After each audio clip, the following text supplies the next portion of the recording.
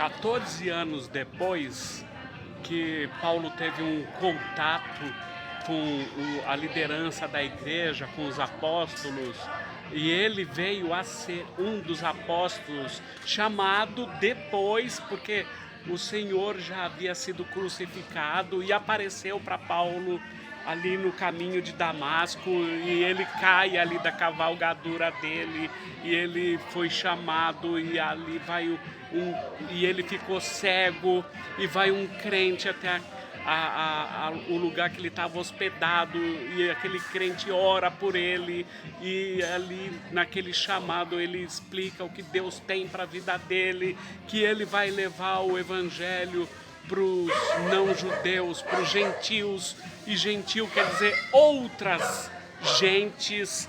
Ele, 14 anos depois, ele vai de novo para Jerusalém e vai procurar a liderança da igreja, e você sempre vai ouvir 3 nomes que estão encabeçando ali os apóstolos: Pedro, Tiago, João, e ele levou Barnabé e Tito também.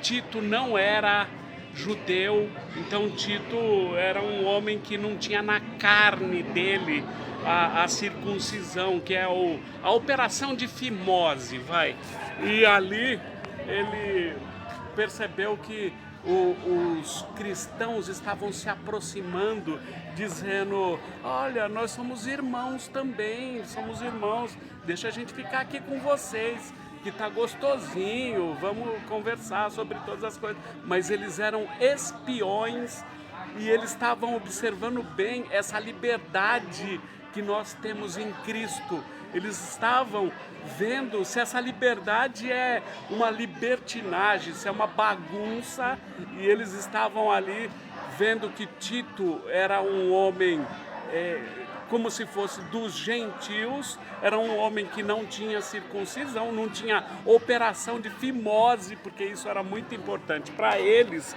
assim como alguns nos dias de hoje ficam com questões falando se valeu o seu batismo, se foi água corrente, se foi num tanque d'água, ou se foi por aspersão, ou se foi... Eles ficam colocando em questão essas coisas, querendo dizer: olha, se foi num tanque d'água, o seu batismo não valeu. Não valeu, joga fora, não valeu nada, tem que ser em água corrente. Ah, foi em rio, tem que ser rio, para a água passar e levar embora. E ficam colocando questões assim: a ceia que você tomou era vinho ou era suco de uva? Era vinho? Ah, não vale, isso é uma ceia de demônios, porque era vinho, não pode, tem que ser o suco da uva, porque Jesus tomava suco da uva, sendo que Jesus transformou água e vinho em vinho na festa. Então, essas questões, elas só trazem confusão de palavras, e elas não edificam e não levam a nada, quando você precisa saber com quem você está lidando. Aí Paulo, ele observou que quando chegaram os líderes da igreja, Pedro, Tiago e João, o Pedro que estava já conversando com eles e participando até mesmo da mesa, junto com o Paulo, o apóstolo, Barnabé, Tito, ele estava ali à vontade com eles. Quando chegou o povo que é da parte dos judeus, o Pedro começou a ficar esquisito, não queria mais sentar com eles, com medo do julgamento do pessoal lá, que é da circuncisão, que é da parte judaica. Aí o Pedro começou a ficar estranho, aí o Paulo foi lá e falou: olha, escuta aqui, homem, você, quando não estava o pessoal da circuncisão, o pessoal que é marcado na carne com o negócio da lei do Abraão lá, do pacto de Abraão, né, que é da operação lá, da fimose, né?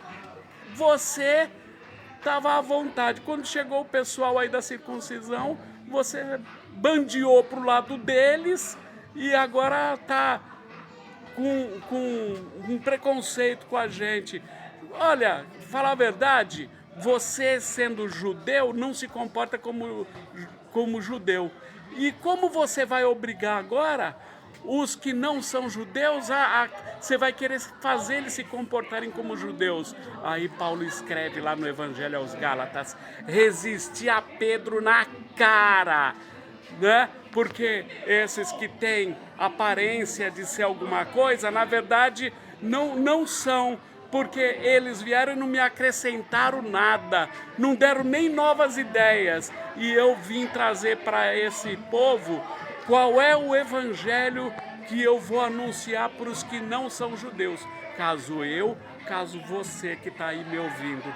E aí ele trouxe esse evangelho, e é por isso que eu aqui, o Vitor, estou podendo falar com vocês com propriedade e com autoridade, porque eu sei da onde eu tenho recebido o que eu estou falando. Eu fui lá nas escrituras, nas cartas de Paulo, que escreveu para várias cidades, escreveu de dentro das cadeias e escreveu de uma forma que eu tenho certeza do que eu estou falando.